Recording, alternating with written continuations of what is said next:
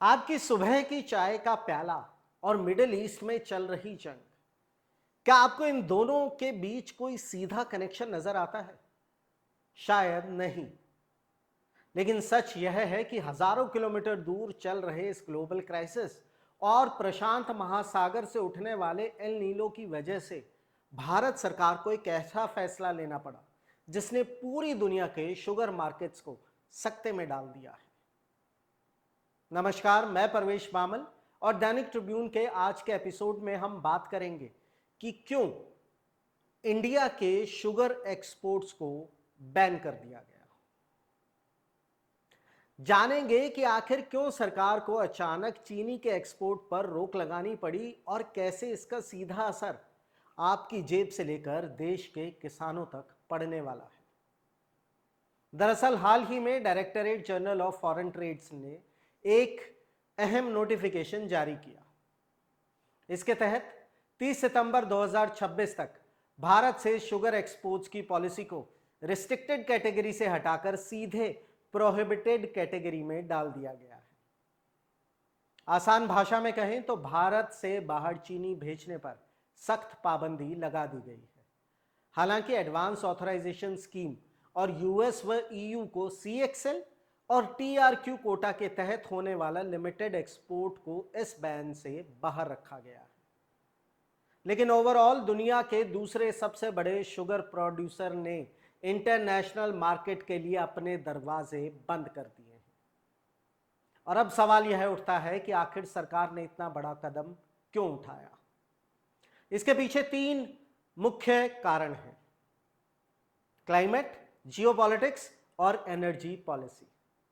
आइए सबसे पहले क्लाइमेट की बात करते हैं। इस साल एल नीनो वेदर पैटर्न के कारण भारत के मुख्य शुगर केन प्रोड्यूसिंग स्टेट्स जैसे कि महाराष्ट्र और कर्नाटका में बारिश बेहद अनप्रेडिक्टेबल रही। पानी की कमी का सीधा मतलब है गन्ने की फसल का प्रभावित होना और उसमें जूस की मात्रा यानी शुगर रिकवरी रेट का घटना। अनुमान है कि भारत का शुगर प्रोडक्शन इस साल घटकर लगभग 29.3 मिलियन टन तक ही सीमित रह सकता है। दूसरा कारण है जियोपॉलिटिक्स और देश में बढ़ती हुई महंगाई। मिडिल ईस्ट में चल रहे तनाव के कारण क्रूड ऑयल के दाम आसमान छू रहे हैं। लॉजिस्टिक्स और ट्रांसपोर्टेशन कॉस्ट लगातार बढ़ती जा रही है। इसका नतीजा यह हुआ कि अप्रैल 2026 में होलसेल इन्फ्लेशन यानी WPI करीब 8.3% तक पहुंच गई। ऐसे में अगर देश की चीनी बाहर जाती रही तो डोमेस्टिक मार्केट में चीनी की भारी किल्लत हो जाएगी और देश के भीतर कीमतें बेतहाशा बढ़ जाएंगी।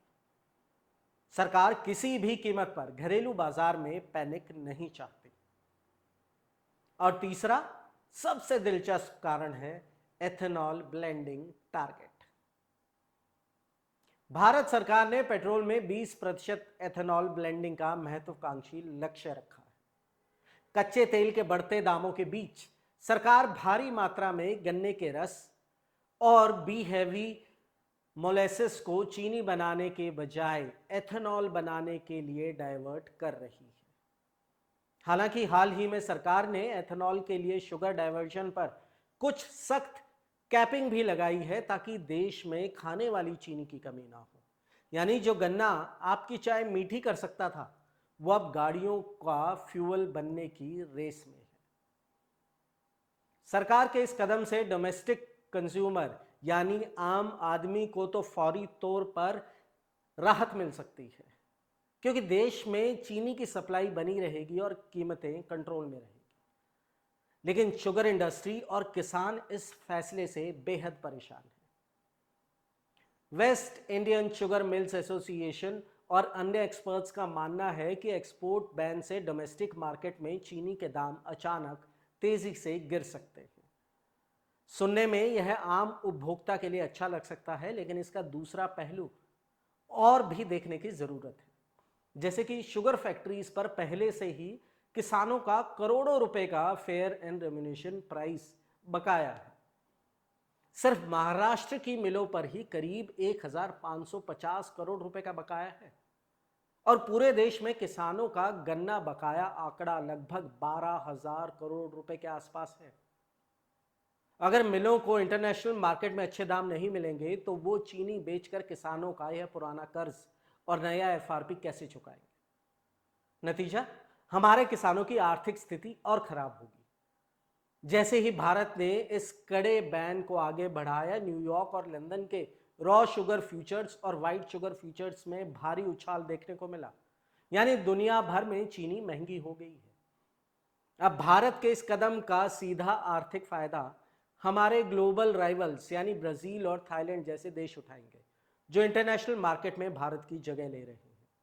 तो कुल मिलाकर स्थिति यह है कि सरकार इन्फ्लेशन और ग्लोबल शॉक से डोमेस्टिक इकोनॉमी को बचाने की पूरी कोशिश कर रही है, लेकिन इस बचाव की भारी कीमत शायद हमारे किसानों और शुगर इंडस्ट्री को चुकानी पड़ रही है।